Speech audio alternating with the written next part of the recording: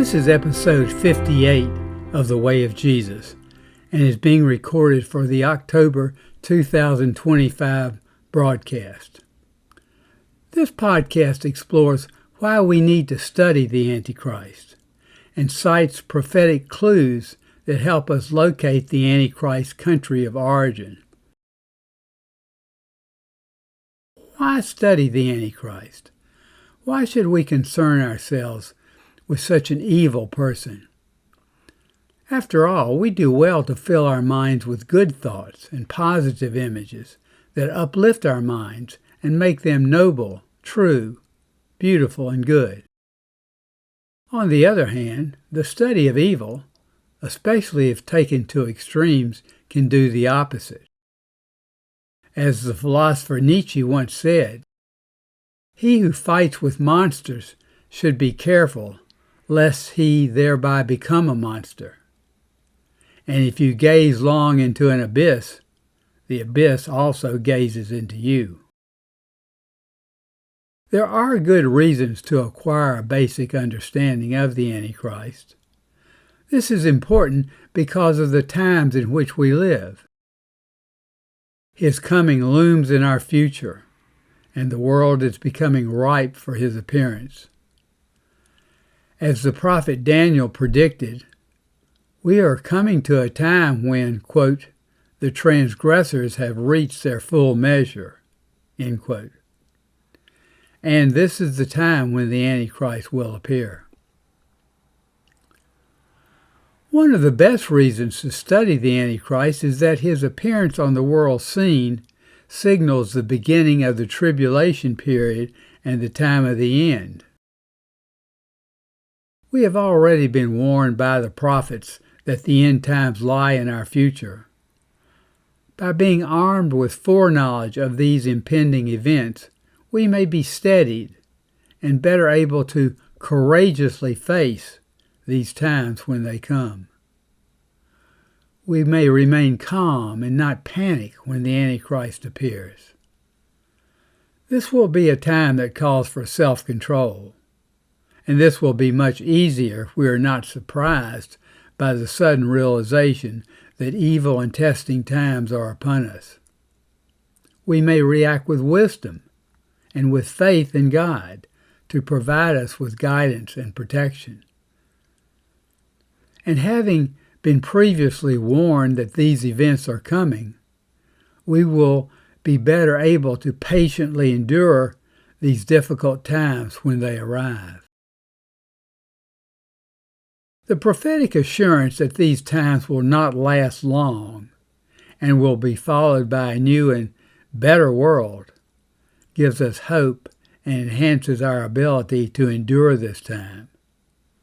The prophets, and especially the book of Revelation, make clear that in the end, the Antichrist and his evil forces will be completely destroyed, and a new and higher phase of the kingdom of God will come to rehabilitate, uplift, and rule our devastated world. Most importantly, foreknowledge of the end times may stimulate us to practice Jesus' religion of personal spiritual communion with God. We must realize that only our personal inner experience with God will be strong enough to prove effective in comforting and guiding us through these fearful times and the great destruction that they bring. In order to prepare for and identify the Antichrist when he appears, it would be most helpful to determine his country of origin. This is a difficult question, but one that is important for our early recognition of his appearance. What may we learn from prophecy? Our first prophetic clue comes from Daniel's vision that is recorded in Daniel chapter 7. In this vision, an exceedingly strong beast that represents the original Roman Empire arises, and it has 10 horns. These 10 horns represent 10 modern countries that evolved out of the ancient Roman Empire. Daniel states, I considered the horns, and behold, there came up among them another horn, a little one, before which 3 of the first horns were plucked up by the roots. This little horn represents the Antichrist.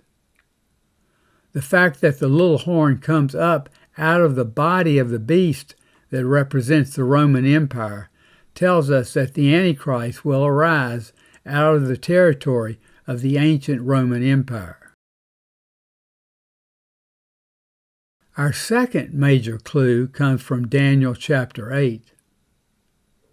In this chapter, Daniel presents his vision of the career of Alexander the Great, who is depicted as a he-goat with a conspicuous horn between his eyes. Alexander's great enemy, Persia, is symbolized by a ram. In the vision, Alexander's conquest of Persia is depicted by the he-goat striking the ram and casting him down to the ground and tramping over him. In verse 8, Daniel states, Then the he-goat magnified himself exceedingly, but when he was strong, the great horn was broken. This breaking of the great horn signified the death of Alexander. Verse 8 continues, And instead of it, that is, instead of the great horn, there came up 4 conspicuous horns towards the 4 winds of heaven. These 4 horns represent the fact that after Alexander's death, his empire was divided among his generals into 4 parts. The next verse presents Daniel's vision of the coming of the Antichrist. It states, Out of one of the 4 horns came forth a little horn, which grew exceedingly great towards the south, towards the east, and towards the glorious land. The 4 divisions of Alexander's empire were 1. Macedonia and Greece, 2. Asia Minor, which is modern Turkey, 3. Syria and lands to the east, including modern Iraq and Iran, and 4. Egypt, Libya, and Palestine. The main clue we may discern from these verses is that the Antichrist does not arise out of Western Europe, but rather out of the Eastern Roman Empire.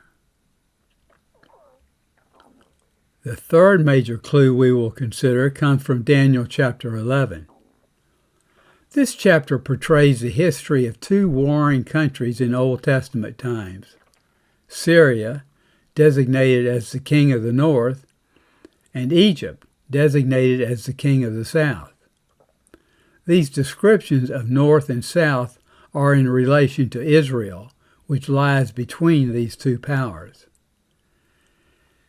In verse 40, Daniel states that, at the time of the end, the king of the south shall attack him, but the king of the north shall rush upon him like a whirlwind, with chariots and horsemen, and with many ships. And he shall come into countries, and shall overflow and pass through. In 64 BC, Rome conquered Syria, and thereby assumed the mantle of the king of the north. Verse 40 is telling us that, at the time of the end, the Antichrist will be a ruler from the north of Israel, the ruler of a revived Roman Empire. The last clue we will consider comes from chapters 38 and 39 of Ezekiel. Here, the ruler from the north, who represents the Antichrist, is identified as Gog of the land of Magog, the chief prince of Meshech and Tubal. These words, Magog, Meshech, and Tubal, first appear in the Bible in Genesis chapter 10, verse 2, and are given as the names of the sons of Japheth, one of the sons of Noah. In Ezekiel, they refer to locations, apparently named after the sons of Japheth. The ancient locations of Magog, Meshech, and Tubal are not clearly known. However, many Bible atlases, ancient authorities, and modern scholars identify these terms as referring to locations in Asia Minor, which is modern Turkey. This location fits well with our other three clues. Turkey was part of the original Roman Empire. Moreover, it was part of the Eastern, not the Western Roman Empire, and it is directly north of Israel. Therefore, according to the best clues we may find in prophecy, Turkey appears to be the most likely candidate for the Antichrist country of origin. This concludes episode 58. If you found this podcast helpful and informative, please like, subscribe to ensure you get future broadcasts, and share it with your friends. I have recently published a new book entitled, I Am a Son of God. Here's what one reviewer had to say. Overall, I Am a Son of God exceeded my expectations. It has become a daily touch point for me, a book I return to when doubts creep in. I would highly recommend it to believers who struggle with identity, insecurity, or spiritual disconnection.